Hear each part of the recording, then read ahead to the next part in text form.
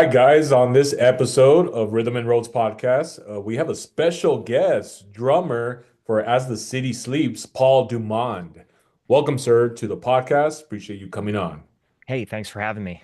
I saw you already twice perform in December at the Love Buzz and then recently last month. And yeah, man, by the way that you're playing, it just you're passionate about it. You love what you do, and that's what matters, man. So That's right. Yeah, drumming is a big part of my life.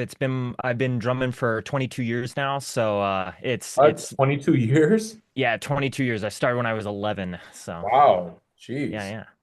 Well, yeah, started when I was 11, basically completely self-taught, although now I'm taking some online courses and whatnot just to kind of level myself up even more. But yeah, it's like the foundational pillar of my life. If I'm not drumming, I'm not happy.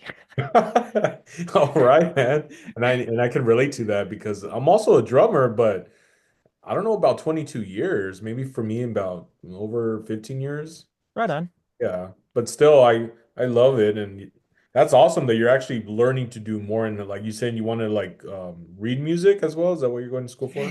Not necessarily read. The reading is all right. It's mostly expanding my vocabulary.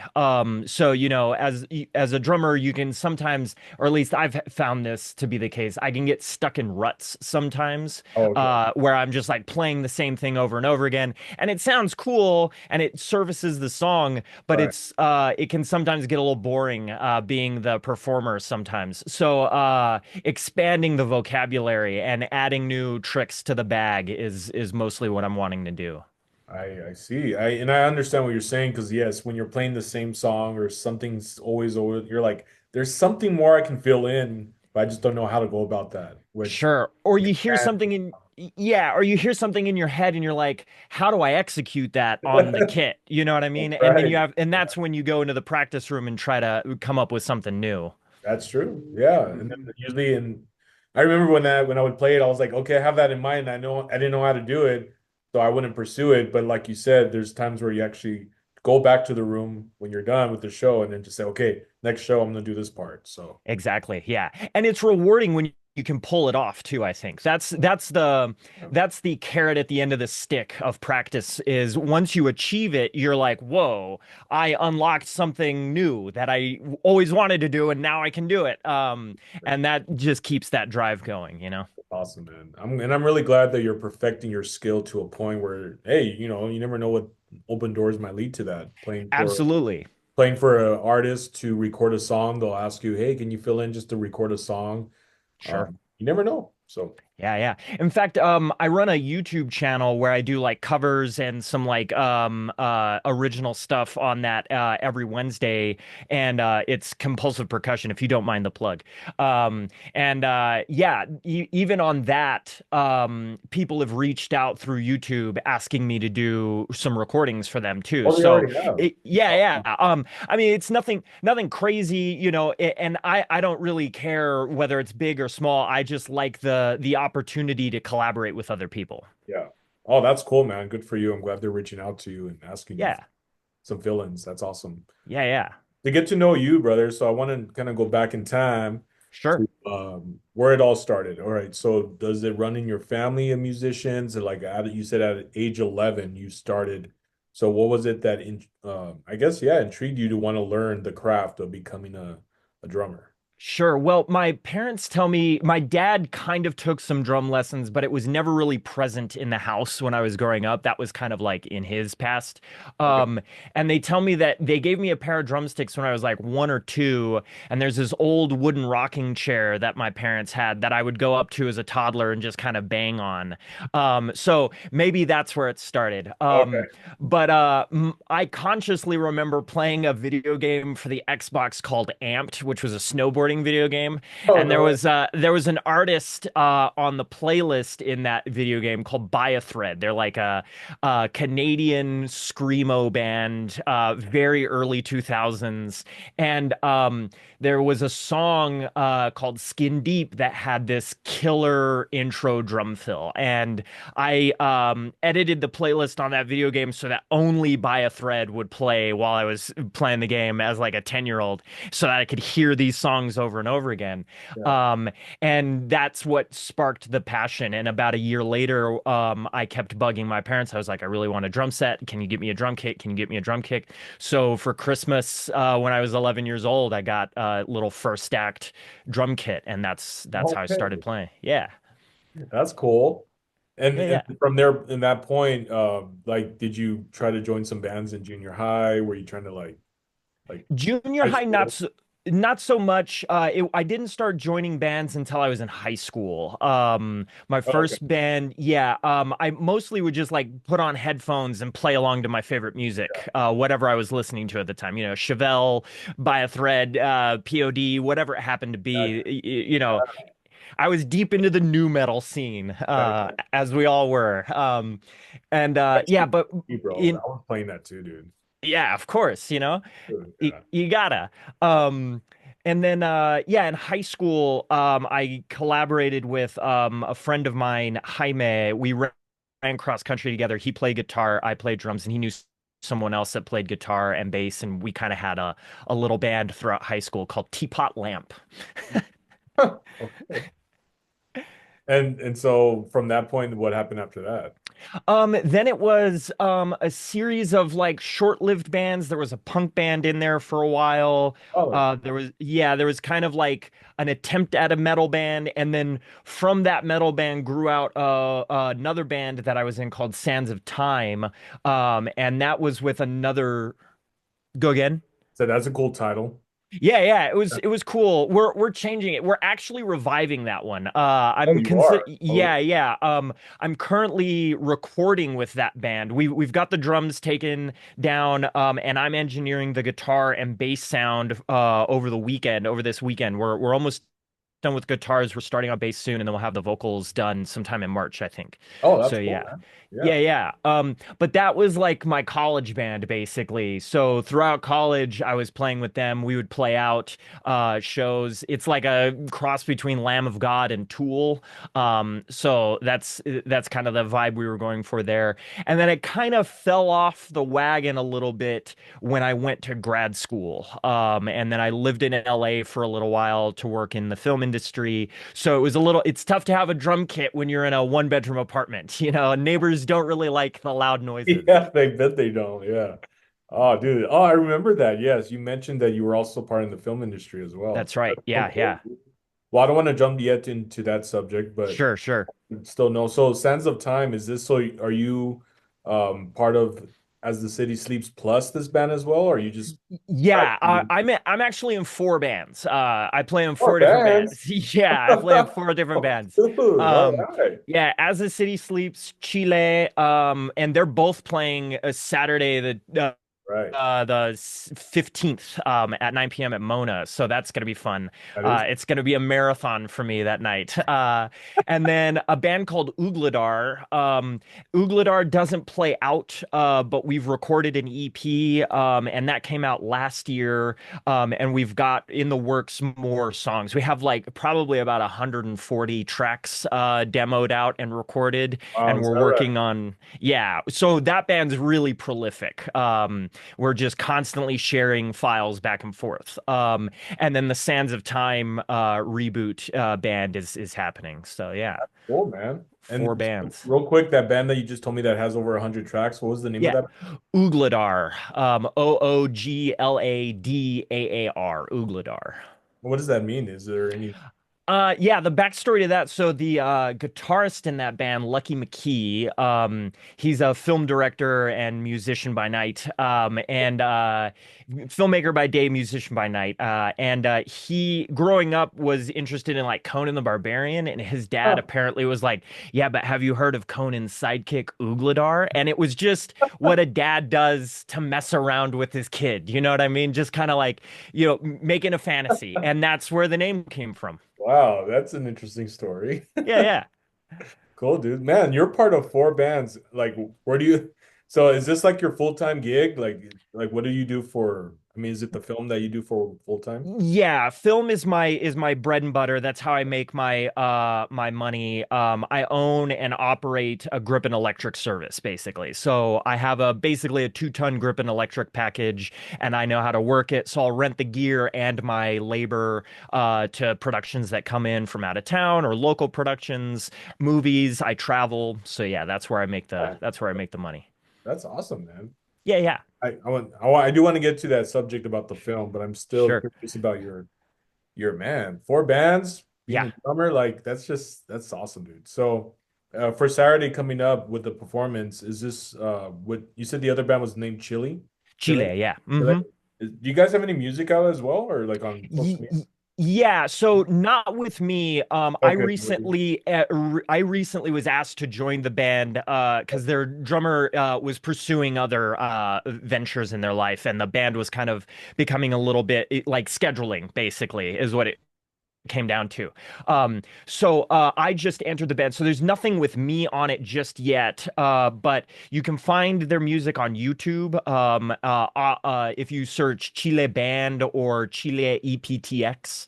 And then Letdown Studios, we did a live recording like 2 days after I joined the band, basically. We had a rehearsal and a half under my belt, and we did a live recording of a song Aranea for Letdown Studios. So if you go to Wow, Letdown Studios' YouTube page, you can see Chile perform, and I'm on that one. So that was my introduction to the band, basically. nice, man. Yeah. Well, boy, yeah, I actually will look that up. I want to see you perform with them, and of course, I'll see you Saturday because I am going Saturday. I think my friend Enrique from Soul Parade is going to be joining me, so that's going to be fun. Nice. Yeah, Yeah. man. That's gonna Uh, be great. I want to know kind of the style of your kits with the drum sets that you do own. So, what are Sure. kind of like? Do you have a history of what you first remember buying, maybe in college, and then going from there from different brands, like from to where you're at now?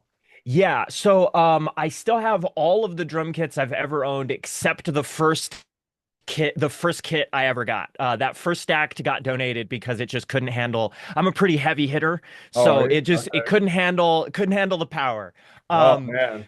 yeah, so right now, this kit that's behind me, that's kind of like my main kit. It's the one that I record with. It's a Tama Star Classic birch babinga. So it's got 2 plies of babinga and 4 plies of birch in it for a Oh, nice punchy low end kind of sound. yeah. And then it has a my prized possession is a Starphonic copper 6.5 by 14 snare, which is right back there. That's the copper snare. Oh, Um, so that thing's amazing. I love that thing. It's got enough of a crack to get through a mix, but it still has a nice low end so that it fills up. Before that, I played a Pearl Export Series drum kit in this really nice blue color. It's like a bright blue. And I played that kit. Oh my gosh, I got that when I was 12 and I played it until I was like 27. that's So right. From 12 to 27. yeah, 15 years I Wow. had that drum and I still play that actually so that I don't have to move all of these drums in and out of my studio Right. for practices and rehearsals. I keep that one set up in the living room so that when bands come over to rehearse with me, all I have to do is move the cymbals out there. Oh, cool. Yeah, and then I have a little cocktail kit, a Ludwig Breakbeats kit that sometimes goes out for shows because it's easier to transport and set up and it's not as cumbersome as all this nonsense. Um, and I got that one in college because I needed something to put in my apartment to play because I was literally going crazy without a drum kit. Yeah, Is it that what's the brand again? Ludwig, right? Ludwig, yeah. Ludwig, yeah. Hmm. Is that the one Yeah. that was at the Love Buzz recently in January? The white one? Correct. Yeah, the little Questlove kit is that's what I use with As the City Sleeps quite a bit. Yeah. Okay. Yeah, because it's very convenient just to haul around. It's not. Yeah. That's, Tiny little drum kit, but it packs a punch. You it look at it and you're does. like, how is that going to make the sounds that a drum Right. kit makes? And you hear it and it sounds like a full drum kit. Right, right. Yeah. As soon as you brought that drum set out, I love those. I'm just like, yeah, yeah, okay, yeah, let's see what that can do. And all of a sudden I'm like, Ex- oh, sorry, my Yeah, apologies. I'm sorry. exactly. Sorry for Exactly. disrespecting that drum set, man. Dude. Exactly. Yeah, yeah. Don't underestimate it, you I know? know, man. Yeah. No, it was good. It sounded great. And are you gonna Yeah. be taking it on Saturday? On Saturday, I'm taking this guy, so you're gonna get to see the full drum kit on that one, the full Magilla. Whole show, huh? It's gonna be like, Uh-huh. oh man, that was too much, man. Please stop. Exactly. Yeah, yeah, yeah. It's too much. Hopefully it won't overwhelm people. Right. I That's don't want to never be cussing out, my bro, because you're so good with that whole set. Exactly, yeah. No, but with Chile it calls for it a little bit more. It's a little bit more busy, a little bit more high energy, Oh, so nice. I need the more surfaces to hit. All right. Well, I look forward to be blown away on Saturday, man, with that drum set, bro. Shoot. Hopefully it comes through. Yeah. So I want to go back into kind of the rhythm of the drums because I know Sure. that as a musician, what I guess which drummer inspired you to be where you're at to want to perfect your craft from the greats out there? I mean, I know there were Sure. for me, it was Neil Peart. Oh no, of course, from Hmm. Rush. One of actually growing up, one of my favorite drummers is the Larry Mullen Jr. from U2. Oh, right Yeah. on. Yeah. I know that he's not like crazy with his play, but with what inspired me was when I would listen to U2's music growing up, and I put my headphones on and play Sunday Bloody Sunday, Where Streets Have No Name. I mean, it's just so he's actually one of my favorite drummers other than Neil Peart. So Yeah, yeah. Yeah, I kind of resonate with that. My favorite drummer is John Theodore, and he's not like a big pick. You know, people don't think great drummer John Theodore. He's a fantastic drummer. He's amazing. No shade on him, but people just don't think of him as a great drummer. But really, I was really inspired listening to the Mars Volta, the first three Mars Volta albums, and their first EP. John Theodore is their drummer, and he's got like a Bonham bombast aesthetic to him, but with Latin inspired rhythms because he's got that kind of like Afro Caribbean kind of feel to him because he's Haitian. His dad's Haitian. So okay. he's got like African and Caribbean and Latin in this like Bonham aesthetic, and it's just frenetic. And in he was in Golden, which is a band that most people don't know from Ohio. Okay. Highly recommend. They're very kind of like psychedelic punk kind of prog stuff. It's really cool. And then Mars Volta, of course, and now he's playing with Queens of the Stone Age. So yeah, he's fantastic. My favorite drummer. And then followed closely by Danny Carey. Those were the two drummers that I basically learned how to play the drums from. I would just Okay. listen and play along to Tool music and listen and play along to the Mars Volta. And that's how I learned how to play the drums. And you just mentioned Tool, right? Yeah. Yeah, So did mention Tool. That's yeah, right. so with Tool, I mean that the way he plays, man, because I've seen Tool in concert, which I believe you have as well with Yeah. Alan. Yeah. Like, bro, he could be the next like Neil Peart for Rush if they wanted to bring him on. Absolutely. Yeah, yeah. No, he's phenomenal. And Danny Carey is, pulling a lot from, Bill Bruford of like King Crimson as well as Neil Peart, right? So both of those are kind of influencing Danny's style in Tool, I think. He'd probably be happy to have that label put on him. Of course, he probably gets offers a lot, man. Exactly. Oh yeah. I mean, I don't even know why Rush just kind of disappeared after Neil. I mean, I can understand that was like the foundation of the band. Yeah. I Hmm. think a lot of people do us, actually replace drummers. So I'm like, well, Rush could still do it. I mean, Sure. what's your Sure. thoughts on that? Do you think? I don't know. I think it has to be up to the band, you Right. know. I know in some bands I've been in, if there's a key member that leaves, it almost feels a little disrespectful to continue on. Like I know that there are plenty of good players out there that could like, do justice to the work, but there's also a person behind that too. And if the vibe in the band isn't clicking with a new person, or if that person's vibe or energy was integral to the performance of the band, that's a tough thing to replace. Anyone can play the music, but it's the person behind it that I think counts. So it may be a case where Geddy Lee in Rush is thinking like, we can't do that to Neil. But there's other situations where it's like, okay, if the person was maybe dragging the energy down, or it wasn't the greatest vibe, or there was a parting of the ways, there's reason to move on. That's true. I know, yeah, I never Yeah. thought of it like that, but that is true. Yeah, thanks Yeah. for explaining that. Sure. I do want to get into the subject of you being into the film now because I Sure. know it's another side that you are loving, Yeah. as well as I mean I'm gotten into film as well, but I'm not like hardcore out there yet. But my Yeah. brother and I are making little shorts here and there. Nice. What is it that drove you into wanting to get into the film industry as well? Oddly enough, it was sunsets here in El Paso. As a teenager That's growing up, I would like ride my bike around my neighborhood, usually in the summer around the time of sunset, so like 7:30, 8 o'clock. And I would oftentimes find myself stopping and looking at the way the light was hitting trees and like the leaves of trees. And it gave me this kind of very nostalgic, hopeful feeling. And it was like my favorite thing. I looked forward to those moments every day during the summer as a kid. It was like freedom, hope, all the potential in front of me. And my thought was, how do I capture that? And I thought, oh, I know, take a photo. That's how you capture that because it's this visual thing. right. So I tried getting into photography. I was fairly decent at it, but that was sort of the spark. And then my aunt actually was friends with another owner operator, gaffer and cinematographer here in El Paso. And she introduced me to him, and he kind of took me under his wing and started showing me some of the ropes of like lighting.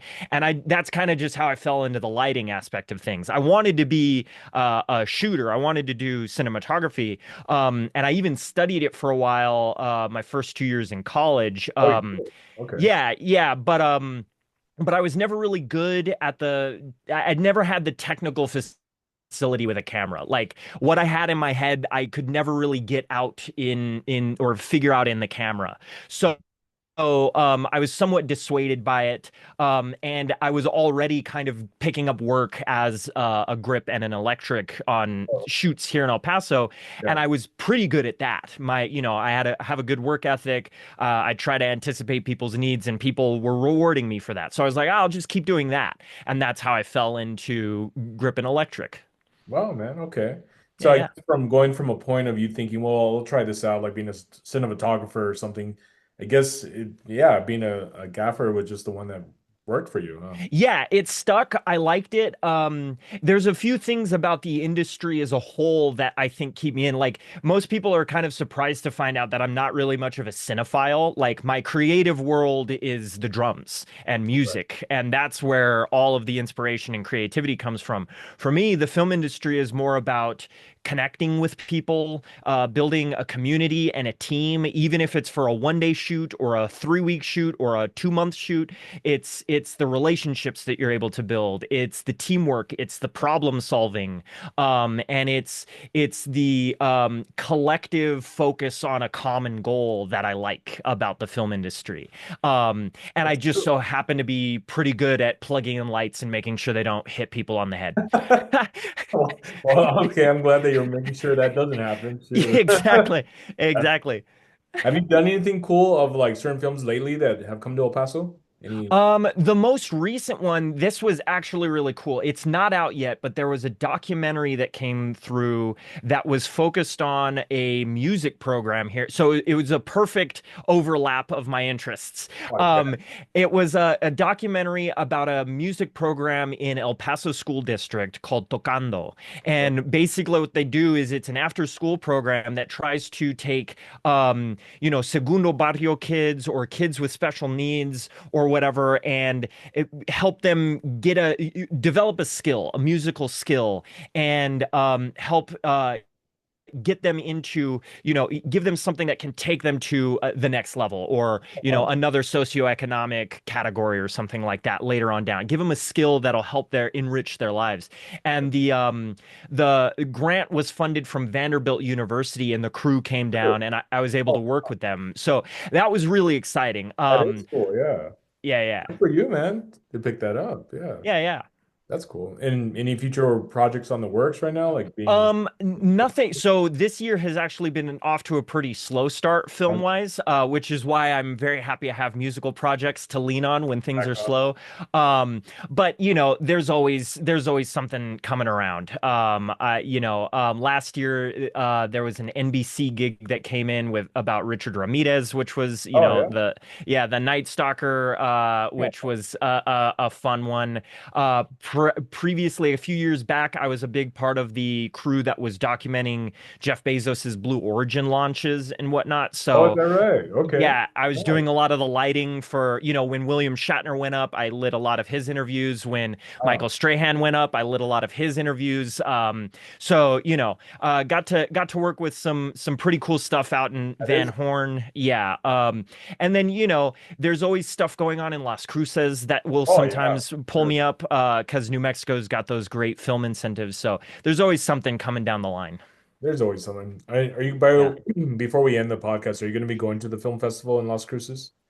I don't have plans for it right now. I think I actually might be working that weekend. Oh, are you? Unfortunately, yeah. There is one commercial gig coming up in a week and a half, and it'll be I think conflicting. So Okay. yeah.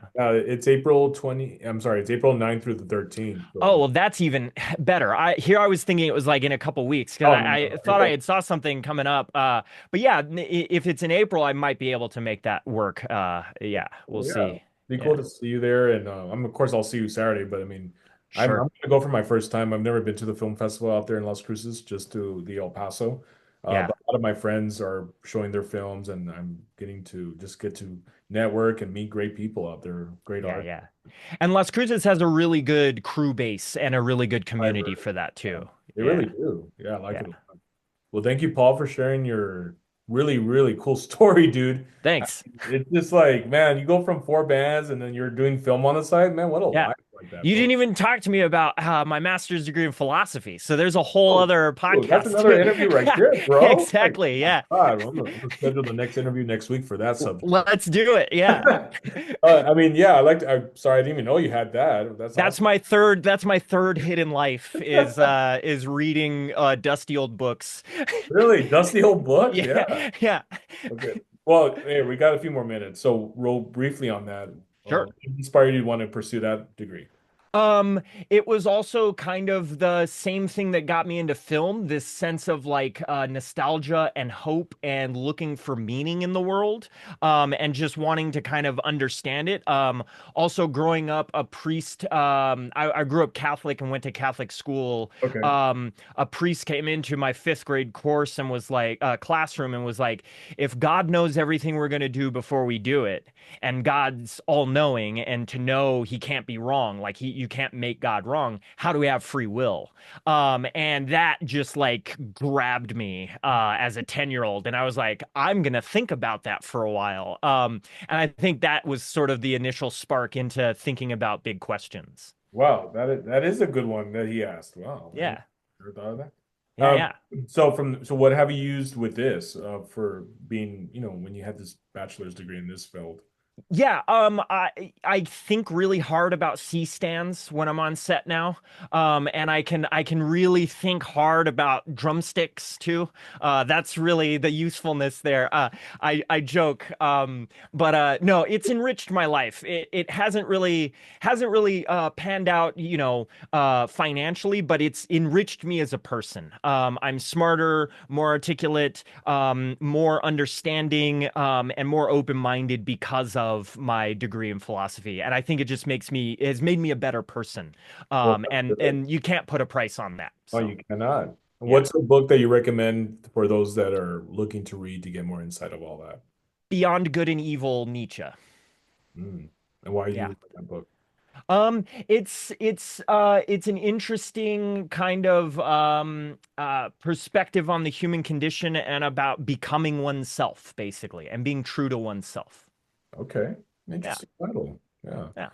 Well, man, and you went to UTEP or what school did you go to? I went to UT Austin for my undergrad and then the Georgia State University for my master's. Dude, good for you, brother. Good for you. Thanks. And that's Yeah. why I love doing this podcast because you get to see just the side of just everything that you've accomplished, brother. It's just like, wow, you Yeah. share your story. I love it. From playing four bands, going to college, and then also being in the film industry as well. It's just Yeah. like awesome. Good for you, Yep. Paul. Yep. The links to find you on YouTube, Sure. anything like that. Yeah, So yeah. So, my personal channel is Compulsive Percussion. It's a mouthful, but I like it. And you can see me posting new covers or original tracks every Wednesday at noon. And then I'm on Instagram at Paul_Dumond. And then you can follow any of the bands Ugladar, As the City Sleeps, Chile, and then Sands of Time is getting off the ground, so we don't have social media just yet, but soon we will, and keep an eye out for that. that's cool, man. That's cool. All right, Paul. Well, appreciate you coming on Rhythm and Road, sharing your story. I would definitely was inspired by it. Thank you for being such an incredible drummer, utilizing your talents, your gifts to inspire others, just to get that out there. And that's awesome because there's other people that will see this and be inspired by you. So thank you for sharing your story. Well, I appreciate you having me on, and it was great talking to you, Josh. Yeah, and I'll see you Saturday. Sounds good. Looking forward to it. Thanks, Paul.